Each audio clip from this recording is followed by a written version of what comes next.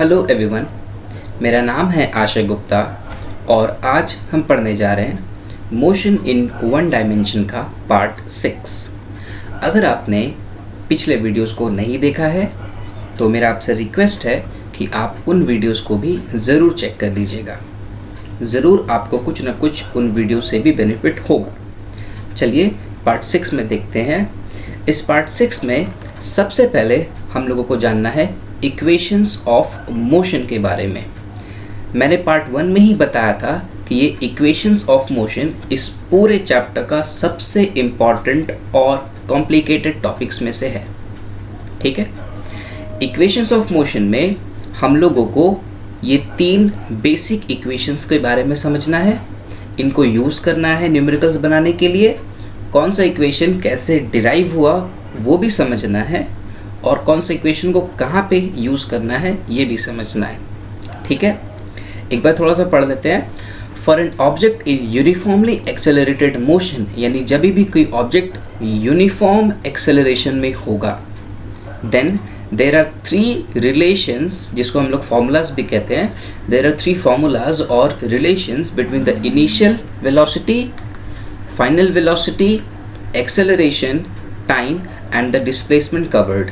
दे are, ये 3 equations है। पहला है v is equals to u plus a t, दूसरा s is equals to u t plus half a t square, तीसरा v square minus u square is equals to 2as।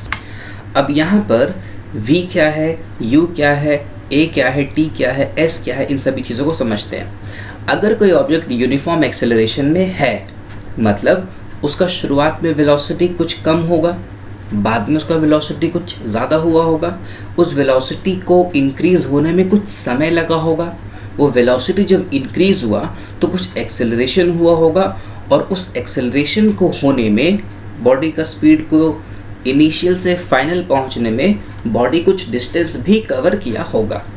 ठीक है, तो v बताता है फाइनल वेलोसिटी को, u बताता है इनिशियल वेलोसिटी यानी शुरुआत वाला वेलोसिटी, a बताता है एक्सेलरेशन को, t है टाइम टेकन और कैपिटल S बताता है डिस्टेंस या डिस्प्लेसमेंट। ठीक, आगे आते हैं। सबसे पहले हम लोगों को सीखना है derivation of the equations of motion by graphical method. इस पार्ट में हम ग्राफिकल मेथड का डेरिवेशन, ग्राफिकल मेथड से डेरिवेशन सीखेंगे। इसके पिछले वाले पार्ट में हमने वेलोसिटी टाइम ग्राफ को अच्छे से समझा था। वेलोसिटी टाइम ग्राफ में तो यहाँ पर उसी तरीके का एक वेलोसिटी टाइम ग्राफ को प्लॉट किया गया है। ठीक है, एक्स एक्सिस में हम टाइम को प्लॉट कर रहे हैं, टाइम का यूनिट सेकंड होता है। वाई एक्सिस पे हम वेलोसिटी को प्लॉट कर रहे हैं, उसका यूनिट मीटर पर सेकंड होता है, वेलोसिटी को प्लॉट किया जा रहा है। ठीक है, यहाँ पर जब टाइम 0 सेकंड है तो हम ऐसा मान रहे हैं कि ऑब्जेक्ट रेस्ट में नहीं है, वो शुरुआत से ही कुछ वेलोसिटी से मूव कर रहा है। यानी शुरुआत में इसका पॉइंट यहाँ पर ये होगा, इनिशियल वेलोसिटी u, यानी यहाँ से यहाँ तक का जो डिस्टेंस होगा उसको हम u से शो करेंगे। देख सकते हैं यहाँ पर हमने रखा है d से c डिस्टेंस u है, और फाइनली उसका वेलोसिटी पहुँच गया है इस पॉइंट तक, e तक। ठीक है, शुरुआत में वेलोसिटी यहाँ पर था, कम था, और अभी इसका वेलोसिटी यहाँ हो चुका है, यानी पूरा फाइनल वेलोसिटी OE रिप्रेजेंट कर रहा है और इनिशियल वेलोसिटी OA रिप्रेजेंट कर रहा है। ठीक है, टाइम इंटरवल कितना है, तो 0 से लेके c तक, यानी कि ये t सेकेंड्स है। तो consider an object moving with initial velocity u, initial velocity u है, and final and it accelerates uniformly by a, इसका एक्सेलरेशन a है, to reach the final velocity v in time period t, then its velocity time graph can be plotted as. अब ये plot कर दिया हमने graph को। इसी graph के हेल्प से हम तीनों इक्वेशन को डिराइव करेंगे। ये जो ग्राफिकल मेथड का डेरिवेशन ये एग्ज़ाम में आता ही आता है, 3 मार्क्स में या 4 मार्क्स में, तो ये काफ़ी इंपॉर्टेंट है, इसको एकदम ध्यान से हम समझेंगे। सबसे पहला इक्वेशन डिराइव करने के लिए हम यूज़ करने जा रहे हैं वो कॉन्सेप्ट जो हमने वेलोसिटी टाइम ग्राफ वाले में सीखा था। हमने क्या सीखा था कि slope of velocity time graph gives the acceleration, यानी एक्सेलरेशन क्या होगा, स्लोप ऑफ द ग्राफ। अच्छा, ग्राफ का नाम क्या है, ये ग्राफ का क्या नाम है, AB नाम है ना, AB। तो AB का जो स्लोप होगा वो एक्सेलरेशन देगा, मैंने सिखाया है स्लोप कैसे निकालना है। स्लोप निकालने के लिए हम यूज़ करते हैं परपेंडिकुलर बाई बेस। तो ए बी के लिए परपेंडिकुलर कितना है, यहाँ से यहाँ तक बी डी, और बेस कितना है ए डी। ठीक है, यानी स्लोप निकालना है तो हम करेंगे B D by A D. अच्छा, ये बी डी कैसे कैलकुलेट करेंगे? बी डी कैलकुलेट करने के लिए हम बी से सी माइनस डी सी, यानी अगर हम बी सी में से इस डी सी को सब्ट्रैक्ट कर दें तो बचेगा बी डी। अच्छा, बी सी का वैल्यू क्या है, ये पूरा का वैल्यू क्या है, v है ना, ये पूरा का वैल्यू v है ना, और ये डी सी क्या है, छोटा सा u है ना। यानी अगर हम v में से u माइनस कर दें तो हमें बी डी मिल जाएगा। यानी स्लोप निकालने के लिए जो बी डी है उसमें से हम B C minus D C करेंगे, यानी v माइनस यू करेंगे। और ए डी क्या है, ए डी तो t है, ए डी का वैल्यू टाइम है, यानी ए डी के जगह पे हम यूज़ करेंगे t। ठीक है, तो a कितना हो जाएगा, v minus u by t, cross multiply कर रहे हैं, a t is equals to v minus u. फिर इस माइनस यू को लेफ्ट हैंड साइड लेके जाएंगे तो ये प्लस हो जाएगा, यानी u plus a t equals to v, तो v is equals to u plus a t. ये था फर्स्ट इक्वेशन का डेरिवेशन। ठीक है, अब आते हैं सेकेंड इक्वेशन पे। सेकेंड इक्वेशन में हम लोगों को वो कॉन्सेप्ट यूज़ करना है फिर से जो हमने वेलोसिटी टाइम ग्राफ वाले में सीखा है। हमने क्या कॉन्सेप्ट सीखा था, area under velocity time graph gives the displacement और डिस्टेंस। ठीक है, तो we know that area under velocity time graph gives the distance. So s यानी डिस्प्लेसमेंट कितना हो जाएगा, area under the graph A B. ठीक है, इस ग्राफ को अगर हम देखें तो ए बी के नीचे, ए बी के नीचे यानी यहाँ पर इधर नीचे ये जितना भी एरिया है बोले तो पूरा area A O C B, ये पूरा ए ओ सी बी, ये पूरा जो क्वाड्रिलेटरल है इसका एरिया हमको कैलकुलेट करना है। ठीक, तो वो शेप क्या था, ट्रेपेजियम था, ए बी सी ओ। अब इस A B C O trapezium में ट्रेपेजियम का फॉर्मूला क्या होता है, एरिया ऑफ ट्रेपेजियम का formula half into sum of parallel sides into height. अब यहाँ पर sum of parallel sides A O और बी सी है और हाइट क्या है दोनों के बीच में, ए डी। इसको हम समझते हैं। ठीक है, इस ट्रेपेजियम को अगर हम देखें तो इसमें ओ ए और बी सी पैरेलल लाइन है ना, ओ ए और बी सी पैरेलल लाइन है, और दोनों के बीच में डिस्टेंस कितना है, ए डी है कि नहीं। ए डी बोलो या फिर ओ सी बोलो, डिस्टेंस तो वही है टी। तो एरिया क्या हो जाएगा, half into O A plus B C into A D.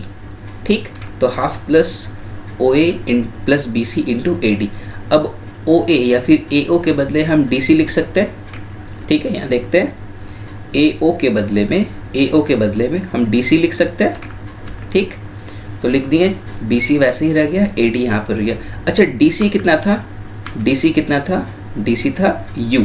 ठीक है, और बी सी कितना है पूरा v, तो यानी D C plus B C को हम लिख देंगे u प्लस वी, तो D C plus B C को लिख देंगे u प्लस वी, और ए डी क्या था, वो तो टाइम था तो t लिख देंगे।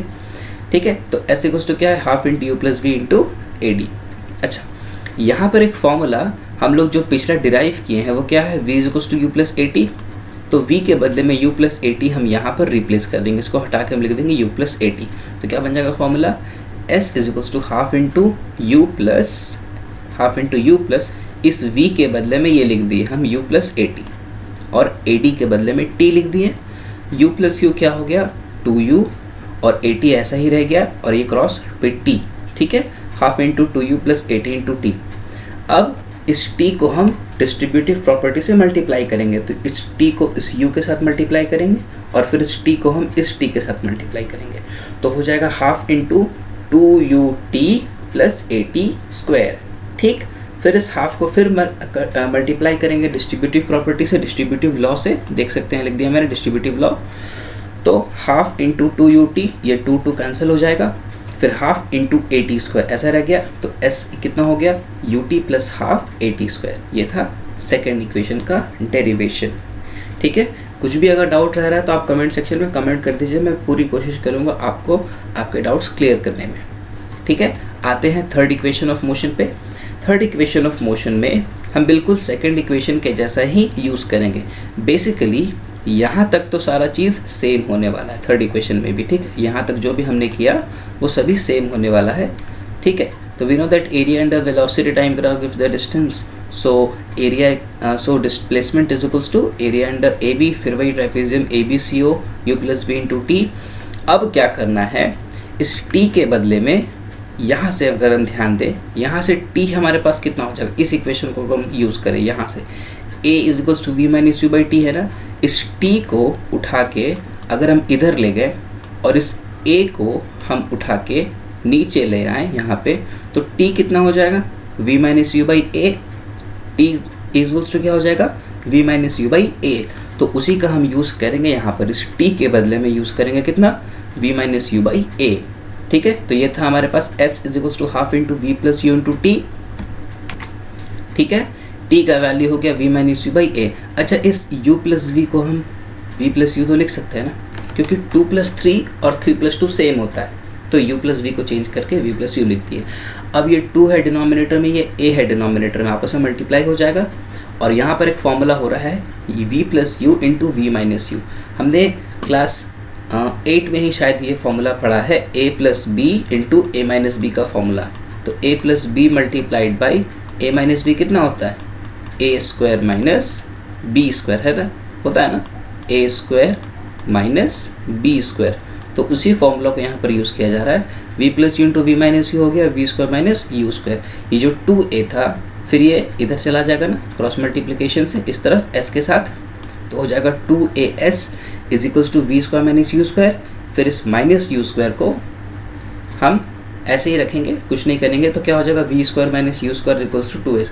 मन है तो इस माइनस यू स्क्वायर को हम इधर भी ला सकते हैं, तो हो जाएगा v square equals to u square plus 2as।